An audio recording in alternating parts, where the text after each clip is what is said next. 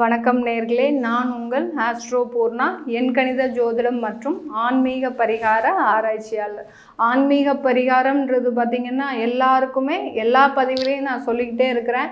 ஜோதிட ரீதியாகவும் ஆன்மீக ரீதியாகவும் மக்கள் வாழ்க்கை பயணத்தை தொடர்ந்தீங்கன்னா கண்டிப்பாக உங்களுடைய வாழ்க்கையில் நடக்கக்கூடிய தடைகள் தாமதங்கள் தான் எப்போதுமே சொல்லணும். எல்லாருமே என்ன செய்கிறீங்க, எனக்கு அந்த பிரச்சனை இருக்குது, எனக்கு கடன் பிரச்சனை இருக்குது, நான் வாழவா சாகவா இப்படின்னு தான் இருக்கிறீங்களே ஒழிய உங்களுடைய நேர்மறை எண்ணங்களை யாருமே வெளியில் கொண்டு வர்றதே கிடையாது.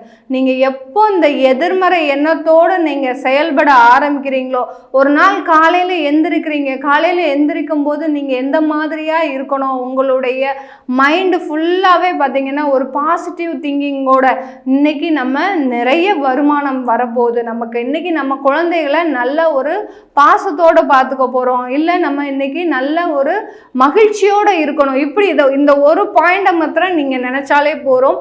மகிழ்ச்சியோடு இருக்கணும் அப்படின்னு நினச்சிட்டு நீங்கள் எந்திரிங்க. அந்த நாள் முழுவதுமே பார்த்திங்கன்னா மிகப்பெரிய ஒரு வெற்றியான ஒரு நாளாக தான் இருக்கும். அதனால தான் சொல்கிறேன், அதுவே ஒரு பெரிய பரிகாரம். அந்த ஆன்மீக பரிகாரம்ன்றது பார்த்திங்கன்னா நம்ம டெய்லி வாழ்க்கை நடைமுறையில் செய்கின்ற சின்ன சின்ன விஷயங்கள் தான் அந்த ஆன்மீக பரிகாரமாக போகுது. இப்போ நம்ம மகிழ்ச்சியோடு இருக்கணும்னு நினச்சிட்டு நீங்கள் எந்திரிக்கும் போது அந்த வாழ்க்கையாகப்பட்டது அந்த நாளில் இருக்கக்கூடிய அந்த கஷ்டங்களையும் துயரங்களையும் அதுவே மைண்டு தன்னைத்தானே அதை அழிச்சுக்கும், எரேஸ் பண்ணிக்கும். நீங்கள் இன்னுமே இதை பக்கமே போகக்கூடாது, நீ ரொம்ப மகிழ்ச்சியான ஒரு நேரத்தில் இருக்கிற, அதனால கண்டிப்பாக உனக்கு மகிழ்ச்சியான தருணத்தையே கொடுப்பேன் அப்படின்னு சொல்கிற அளவுக்கு அந்த பிரபஞ்சமே அந்த வேலையை செய்ய ஆரம்பிச்சிடும். அதனால தான் எல்லாருமே எப்போதுமே சில யோகா சென்டருக்கு போனாலும் சரி, ஏதோ ஒரு சத்குருவை பார்க்க போறீங்கன்னாலும் சரி, பெரிய பெரிய குருமார்களை பார்க்க போறீங்கன்னாலும் சரி, எல்லாருமே சொல்லக்கூடிய சில விஷயங்கள் பார்த்தீங்கன்னா எப்போதுமே மகிழ்ச்சியாக இருங்க, எதையும் பற்றி கவலைப்படக்கூடாது அப்படின்னு சொல்லுவாங்க. அந்த மாதிரி தான் இப்போ நானும் என்னுடைய பதிவில் சொல்கிறேன். ஆன்மீக பரிகாரம்ன்றது உங்களுடைய டெய்லி வாழ்க்கை நடைமுறையில் இருக்கக்கூடிய சிறு சிறு விஷயங்களை மாற்றினாலே அது ஒரு பெரிய ஆன்மீக பரிகாரம் தான். அந்த ஆன்மீக பரிகாரம் மூலமாக உங்களுடைய வாழ்க்கையில் ஒரு பெரிய மாற்றத்தை நீங்களே உண்டு பண்ண முடியும். எப்படி ஒரு அரசியலில் ஒரு புரட்சி ஏற்படுதோ அந்த மாதிரி தான் உங்களுடைய ஒரு மாற்றத்தின் மூலமாக உங்களுடைய வாழ்க்கையிலையும் மிகப்பெரிய புரட்சியை நீங்களே உருவாக்க முடியும். அதுதான் ஆன்மீக பரிகாரம். இப்போ நாம் இன்னைக்கு பார்த்துட்டு இருக்கிற ஒரு சிறப்பு பதிவு பார்த்தீங்கன்னா, அதாவது இந்த குரு பகவான் பெயர்ச்சி ஆகிறார், மே மாதம் பெயர்ச்சி ஆகிறார். அந்த பெயர்ச்சி ஆகும்போது நீங்கள் செய்ய வேண்டிய சில முக்கியமான விஷயங்கள், நீங்கள் எந்த மாதிரியான ஒரு வேலையை செஞ்சீங்கன்னா இந்த மாதிரியாக உங்களுக்கு இருக்கும் அப்படின்றத நம்ம இந்த பதிவில் ஒரு சிறப்பு பதிவாக பார்த்துட்ருக்குறோம். அதனுடைய வரிசையில் இன்னைக்கு பார்க்கக்கூடிய அன்பர்கள் பார்த்திங்கன்னா மிதுன ராசி அன்பர்கள். இந்த மிதுன ராசி அன்பர்கள் நான் எப்போ பார்த்தாலும் எல்லா பதிவுலையும் சொல்கிறது, ஏன்னா அவர்களுடைய திறமைக்கு எப்போதுமே நம்ம அங்கீகாரம் கொடுக்கணும். அவர்களும் ஏக்கப்படுவது, அதாவது அந்த ஒரு ஏக்கத்திற்காக தான் இருப்பாங்க. யாராவது நம்மளை சொல்ல மாட்டாங்களா, எனக்கு நிறைய நான் ஒரு திறமைசாலின்னு சொல்ல மாட்டாங்களா அப்படின்னு தான் அவங்க எப்போதுமே எதிர்பார்த்துட்டு இருப்பாங்க. அதனால தான் நான் என்னுடைய பதிவில் எப்போதுமே சொல்லக்கூடிய ஒரே ஒரு விஷயம், இந்த மிதுனராசி அன்பர்களுக்கு, மிதுனராசி அன்பர்கள் எப்போதுமே திறமைசாலிகள். பல கலைகளை நுணுக்கங்களோடு தெரிந்து வைத்திருக்கும் திறமைசாலிகள்னு சொன்னோன்னா அது இந்த மிதுனராசி அன்பர்கள் தான். ஏன்னா உங்களுக்கே தெரியும், உங்களுடைய ராசி அதிபதி புதன்றது அறிவுக்காரகன். எவ்வளவு ஒரு நுணுக்கத்தோடு செயல்படணுமோ, புதன்ற ஒரு கிரகம் ஒரு சிறிய கிரகம் தான், ஆனால் அதற்கு அதனுடைய காரகத்துவமே பார்த்தீங்கன்னா கல்வி அறிவில் சிறந்தது. அடுத்து பார்த்தீங்கன்னா ஒரு நுணுக்கத்தோடு தொழில்நுட்பத்துக்கெல்லாம் எப்படி இந்த கார்ப்பரேட் கம்பெனிஸ்லாம் ஒர்க் பண்ணுது அந்த மாதிரி ஒரு நுணுக்கத்திற்கு உண்டான ஒரு காரக கிரகம் பார்த்தீங்கன்னா அந்த புதன் தான். அந்த மாதிரி தான் இந்த மிதுனராசி அன்பர்கள் ஒரு தொழில் நுணுக்கத்தோடு இருப்பாங்க. எப்போதுமே பார்த்தீங்கன்னா டெக்னாலஜி விஷயத்துல ஒரு ஷார்ப்பா இருப்பாங்க. என்ன செய்யறது மிதுனராசி அன்பர்களே, நீங்க டெக்னாலஜி விஷயத்துல ஷார்ப்பா இருந்தாலும் ஒழிய உங்களுடைய வாழ்க்கை பிரச்சனையில நீங்க எப்போதுமே ஷார்ப்பா இல்லை, ஒரு ஒரு மனக்குழப்பத்தோடயே இருக்கிறீங்க. எப்போ பார்த்தாலும் உங்களுடைய டிசிஷன்ல பார்த்தீங்கன்னா ஒரு குழப்பம். நான் இந்த ஆஃபீஸ், அதாவது இந்த கம்பெனியை சூஸ் பண்றதா, இல்லை தொழில் சூஸ் பண்றதா, இல்லை நான் இந்த டிகிரி படிக்கிறதா, இல்லை MBBS படிக்கிறதா, இப்படி உங்களுடைய வாழ்க்கை பார்த்தீங்கன்னா ஒவ்வொரு ஸ்டேஜ்லையும் ஒரு குழப்பமான ஒரு நிலையவே அடையக்கூடியவர்கள் இந்த மிதுன ராசி அன்பர்கள் தான். கவலைப்படாதீங்க, அதுக்காக நான் இந்த மாதிரி சொல்லிட்டேன், நீங்கள் ஒரு குழப்பவாதிகள்னு சொல்லிட்டேன் அப்படின்னு சொல்லிட்டு நீங்கள் ரொம்ப குழம்பிக்கவும் வேண்டாம், அதே சமயத்தில் வருத்தமும் பட வேண்டாம். இது எல்லாமே பார்த்தீங்கன்னா நீங்கள் குழப்பறது எதற்காக, ஒரு நல்ல டிசிஷனை எடுக்கணும் அப்படின்றதுக்காக தான் நீங்கள் உங்களை நீங்களே குழப்பிக்கிறீங்க. அதே சமயத்தில் ஒரு 10 பேர்கிட்ட நீங்கள் ஆலோசனையும் பெறுவீங்க. இந்த மாதிரி எத்தனை பேர், 10 பேர்கிட்ட கேட்டிங்கன்னா அதில் 8 பேர் எந்த மாதிரியாக சொல்கிறாங்க அப்படின்னு பார்ப்பீங்க.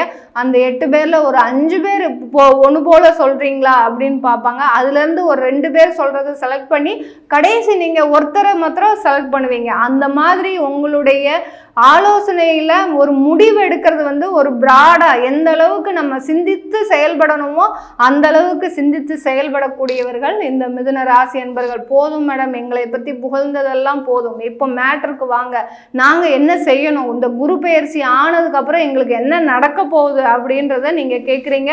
கண்டிப்பாக உங்களுக்கு வந்து விரய குரு, உங்களுடைய ராசிக்கு 12ஆம் இடத்திற்கு அந்த குரு பகவான் வராரு. குரு பகவான் விரைய குருவாக வரும்போது அவருடைய முக்கியமான ஸ்தானத்தை பார்க்கணும். நீங்கள் அந்த குரு பகவான் வந்து உங்களுடைய 7ஆம் இடத்திற்கும் 10ஆம் இடத்திற்கும் உரியவர், ஜீவனஸ்தானத்திற்கு உரியவர். அந்த 7ஆம் இடம்ன்றது கம்யூனிகேஷன். இத்தனை நாள் வரைக்கும் அந்த கம்யூனிகேஷன்ல தான் உங்களுக்கு நிறைய பிரச்சனைகள் இருந்தது. உங்களுடைய தொழிலை வெளியில கொண்டு வராம இருந்தது, உங்களுடைய திறமையை வெளியில கொண்டு வராம இருந்தது.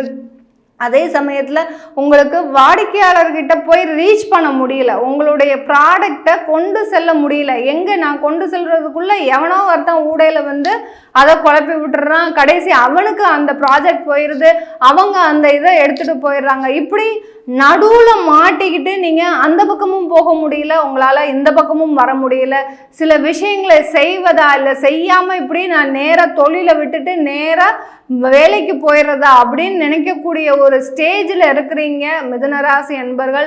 நீங்கள் எந்த விதமான குழப்பமும் பண்ண வேண்டாம். உங்களைய குழப்பி ஒரு தைரியமான நிலைக்கு கொண்டு செல்லக்கூடியவர் அந்த குரு பகவான். 12ஆம் இடத்திற்கு விரய குருவாக வந்திருக்கிறாரு.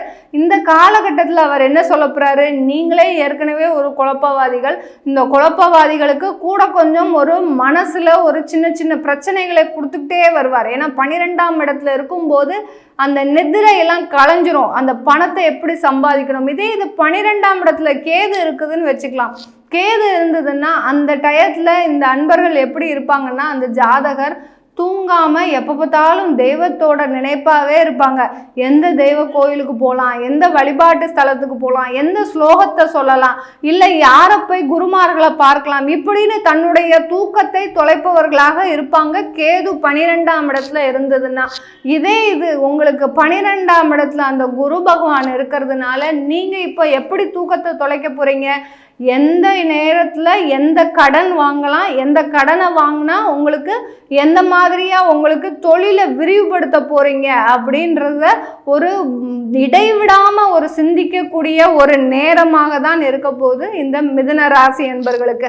இந்த காலகட்டத்தில் அதனால உங்களுக்கு ஒரு மனக்குழப்பம் ஜாஸ்தியாக இருக்குது. என்னடா இது நைட்டெல்லாம் நம்ம விழுந்து கடந்து யோசிக்கிறோம், ஒரு மனசில் ஒரு குழப்பமாகவே இருக்குது. ஏன்னா உங்களுக்கு 4 பேர் இப்போ லோன் தரோன்னு வந்து நிற்பாங்க.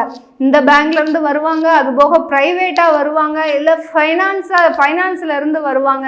இந்த மாதிரியான ஒரு 4 பேர் வந்து உங்களுடைய தொழிலுக்கு நாங்கள் முதலீடு செய்கிறோன்னு வரும்போது உங்களுடைய குழப்பம் எதுவா இருக்கும், ஐயோ என்னடா இது 4 பேரும் வராங்க, நம்ம இப்போ என்ன பண்ணுறது, இப்போ நம்ம கடனை வாங்குறதா, இந்த கடனை வாங்கிட்டோம்னா நம்ம தேவையில்லாமல் போய் கடனில் போய் மாட்டிப்போமே அப்படின்னு சொல்லக்கூடிய அளவிற்கு உங்களுக்கு வந்து பார்த்திங்கன்னா அந்த டிசிஷன் எடுக்கிறதுல ஒரு குழப்பத்தை கொடுக்க போகிறார் அந்த குரு பகவான்.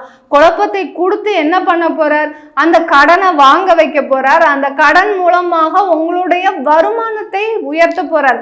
எந்த அளவிற்கு நீங்கள் அது இந்த சமயத்தில் தான் நீங்கள் செய்யக்கூடிய பண்ணக்கூடிய வேலை என்ன பண்ணணும்னா ரொம்ப முன்னெச்சரிக்கையாக நடக்கணும். அதிகமாகவும் கடன் வாங்கிடக்கூடாது, அதே சமயத்தில் குறைவாகவும் நீங்கள் எதுவும் பண்ணிடக்கூடாது. உங்களுடைய வருமானத்திற்கு உங்களால் இதை ரீச் பண்ண முடியும், நீங்களும் உங்களுக்குன்னு ஒரு டார்கெட் வச்சுக்கோங்க. அந்த டார்கெட் வச்சு நீங்கள் செயல்பட்டீங்கன்னா கண்டிப்பாக இந்த குரு பயிற்சி இருக்கிற காலகட்டத்தில் பார்த்தீங்கன்னா கண்டிப்பாக அந்த டார்கெட்டை உங்களால் பல மடங்கு ரீச் பண்ண முடியும். இப்போ 500 கஸ்டமரை நீங்கள் மீட் பண்ண போகிறீங்கன்னு ஒரு டார்கெட் வச்சுக்கிட்டிங்கன்னா இந்த ஒரு வருஷத்தில் கண்டிப்பாக அது 1000 கஸ்டமரை நீங்கள் ரீச் பண்ண முடியும் உங்களால். ஏன்னா அதற்குண்டான பலத்தையும் தெம்பையும் தைரியத்தையும் தன்னம்பிக்கையும் அந்த குரு பகவான் உங்களுக்கு முழு ஆதரவோட கொடுக்க போகிறார். அதே சமயத்தில் மறைமுகமாக கொடுக்க போகிறார். மறைமுகமாக கொடுக்கும்போது உங்களுக்கு எல்லா அளவிலும் பார்த்தீங்கன்னா உங்களுக்கு ஒரு நல்ல பெயர் வந்து இருக்கும். அந்த 12ல் குரு இருக்கும்போது வருமானம் நிறைய வரப்போகுது, அது எந்த விதமான மாற்றமுமே கிடையாது. 12ல் குரு இருக்கும்போது நீங்கள் ரகசிய வருமானம் அதிகமாக வரும், உங்களுக்கு பினாமியாக இருக்கக்கூடிய ஒரு நிலையெல்லாம் வரும். அடுத்து பார்த்தீங்கன்னா ரகசியமான ஒரு வருமானம் வரும், வெளியில் சொல்ல மாட்டீங்க. 12ல் குரு இருக்கும்போது வரக்கூடிய வருமானத்தை வெளியில் சொல்ல மாட்டீங்க. அதே சமயத்தில் மிதுனராசி அன்பர்கள் இந்த காலகட்டத்தில் எப்படி இருப்பீங்க, எனக்கு வருமானமே வரல, நீங்கள் என்ன சொன்னாலும் சரி எனக்கு வருமானம்ன்றதே வரல அப்படின்னு நீங்கள் பஞ்சபாட்டு பாடிக்கிட்டே தான் இருப்பீங்களே ஒழிய உங்களுக்கு வந்த வருமானத்தை நீங்கள் சொல்லவே மாட்டீங்க. ஆனால் உங்களுக்கு வருமானம் வரும்ன்றது எனக்கு தெரியும், நல்லாவே தெரியும். அதனால நீங்கள் எந்த விதமான ஒரு மறைமுகமாகவும் நீங்கள் பேசவே வேண்டாம். கண்டிப்பாக உங்களுக்கு இந்த காலகட்டத்தில் வருமானம் அதிகமாக வரப்போகுது. வேலை செஞ்சிட்ருக்கிறீங்க, ஒரு வெளிநாட்டில் இருக்கிறீங்க, வேலை செஞ்சிட்ருக்கிறீங்க, ஒரு இடத்துக்கு இன்னொரு கம்பெனிக்கு அப்ளை பண்ணியிருக்கிறேன், எனக்கு அதில் ஒரு மனக்குழப்பம் இருக்குது. ஏன்னா இது என்னுடைய ஃப்யூச்சர். ஏற்கனவே எனக்கு 2 குழந்தைகள், கை குழந்தைகள் இருக்கிறாங்க, என்னுடைய ஃபேமிலியோடு நான் ஷிஃப்ட் பண்ணியிருக்கிறேன் வெளிநாட்டிற்கு. இப்போ நான் இந்த இடத்துல மாறினேன்னா என்னுடைய ஃப்யூச்சர் பாதிக்கப்படுமா அப்படின்னு உங்களுடைய கேள்வி இருக்குது. அது எனக்கு நல்லாவே தெரியுது. அந்த கேள்விக்கு உண்டான பதில் வந்து அந்த குரு பகவான் 12ல் இருக்கும்போது ஃபாரின்ல வேலை பார்க்குறவங்களுக்கு எல்லாருக்குமே நல்ல சப்போர்ட் பண்ணுவார். நீங்கள் இந்த தமிழ்நாட்டில் பிறந்திருந்தீங்கன்னாலும் கூட, இல்லை வெளியூரில் எங்கேயாவது பிறந்திருந்தீங்கன்னா கூட, ஃபாரின்ல இருக்கும்போது நீங்கள் பிறந்த இடத்துல இருந்து வெளிநாட்டில் இருக்கும்போது அந்த 12ல் இருக்கக்கூடிய அந்த குரு பகவான் கண்டிப்பாக உங்களுக்கு சப்போர்ட் பண்ணுவார். அந்த சப்போர்ட் மூலமாக உங்களுக்கு நீங்கள் அந்த வேலையில் மாற்றம் செஞ்சுக்கலாம். அந்த வேலையில் மாற்றம் செய்வதன் மூலமாக உங்களுக்கு உயர்தர வருமானம் வரப்போகுது.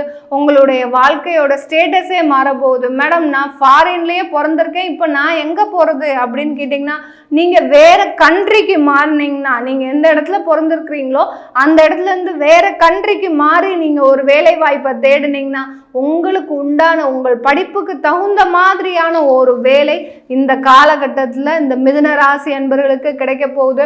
இந்த மிதுன ராசி அன்பர்கள் கடந்த காலத்தில் ஒரு சின்ன விஷயத்த சொல்ல விரும்புகிறேன்.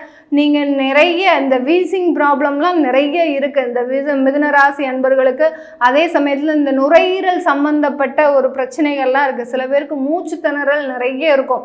நல்லா வேலை செஞ்சுக்கிட்டே இருப்பீங்க, திடீர்னு பார்த்தீங்கன்னா ஒரு மூச்சு திணறல் வந்துடும், அதை கண்ட்ரோலே பண்ண முடியாது உங்களால். அதெல்லாம் நீங்கள் இந்த காலகட்டத்தில் உங்களுடைய மருத்துவரை அணுகி வெளியூர் சென்று வேறு இடத்திற்கு ஒரு நல்ல ஒரு மருத்துவமனையாக சென்று நீங்கள் வெளியூர் சென்று நீங்கள் அந்த மருத்துவ ஆலோசனை எடுத்துக்கிட்டீங்கன்னா இந்த காலகட்டம் இந்த மிதுன ராசி அன்பர்களுக்கு அந்த குருவாகப்பட்டவர் ஒரு புயல் மாதிரி செயல்பட போகிறார். உங்களுக்கு அப்படியே சுழண்டு வந்து உங்களுடைய கடன் எல்லாத்தையும் அடைக்க போகிறார், உங்களுடைய வருமானத்தை எல்லாத்தையும் கொடுக்க போகிறார். கொஞ்சம் நிதிரையை மாத்திரம் இழக்கக்கூடிய ஒரு நேரமாக இருக்க போகுது. இது கோச்சார நிலவரப்படி நம்ம சொல்லிட்டு இருக்கிறோம். அந்த பலன்கள் குரு வந்ததுக்கப்புறம் இந்த மிதுன ராசி அன்பர்களுக்கு இப்படி இருக்கும். இந்த காலகட்டத்தில் இந்த மிதுன ராசி அன்பர்கள் நீங்கள் செய்ய வேண்டிய ஒரே ஒரு விஷயம் என்னன்னா, நீங்கள் புதன்கிழமை விஷ்ணுவை, அதாவது பெருமாளை வழிபாடு பண்ணிக்கிட்டே வாங்க. எந்த அளவிற்கு பெருமாளை வழிபாடு பண்ணிக்கிட்டே வரீங்களோ, இல்லை இது என்னால் பண்ண முடியல, மதுரையில் இருக்கக்கூடிய நண்பர்கள், இல்லை எனக்கு மதுரைக்கு போக முடியும் அப்படின்னு நினைக்கிறீங்கன்னா, இந்த ஏப்ரல் மாதம் சித்திரை திருவிழாலாம் வருது, இந்த சான்ஸ் கிடைச்சா போங்க. மதுரையில் போய் மீனாட்சி அம்மனை தரிசனம் செய்துட்டு வந்தீங்கன்னா இந்த மிதுன ராசி அன்பர்கள் இந்த ஒரு வாட்டி நீங்கள் தரிசனம் செய்தால் போதுங்க. இந்த மிதுன ராசி அன்பர்கள் நீங்கள் வாழ்நாள் முழுவதும் அடுத்து அந்த குரு பயிற்சி எப்படி வேலை செய்ய போகுதுன்றத நீங்கள் கண்கூடாக பார்க்க போகிறீங்க. நீங்கள் மிதுன ராசி செய்ய வேண்டிய விஷயம் 2 விஷயங்கள். புதன்கிழமையானா பெருமாளை வழிபாடு பண்ணுங்க. அடுத்து டைம் கிடைக்கும் போது மதுரைக்கு மீனாட்சி அம்மன் கோயிலுக்கு சென்று வாருங்கள். இதை ரெண்டையுமே செஞ்சுட்டு வந்தீங்கன்னா கண்டிப்பாக உங்களுடைய வாழ்க்கையில் ஒரு பெரிய ஒரு ஏற்றமான ஒரு காலகட்டமாக தான் இருக்க போகுது இந்த மிதுன ராசி என்பர்களுக்கு. எங்கள் ஜாதகத்தை பார்க்கணும், எங்களுடைய ஜாதகத்தில் இந்த மாதிரியான மாற்றங்கள் கண்டிப்பாக இருக்குமா அப்படின்னு கேட்கணும்னு விருப்பப்பட்டீங்கன்னா கீழே இருக்கிற நம்பருக்கு வாட்ஸ்அப்பில் அப்பாயின்மெண்ட் வாங்கிக்கிட்டு நீங்கள் என்ன கன்சல்ட் பண்ணிக்கலாம். உங்களிடமிருந்து விடைபெறுவது உங்கள் ஆஸ்ட்ரோ பூர்ணா. நன்றி, வணக்கம்.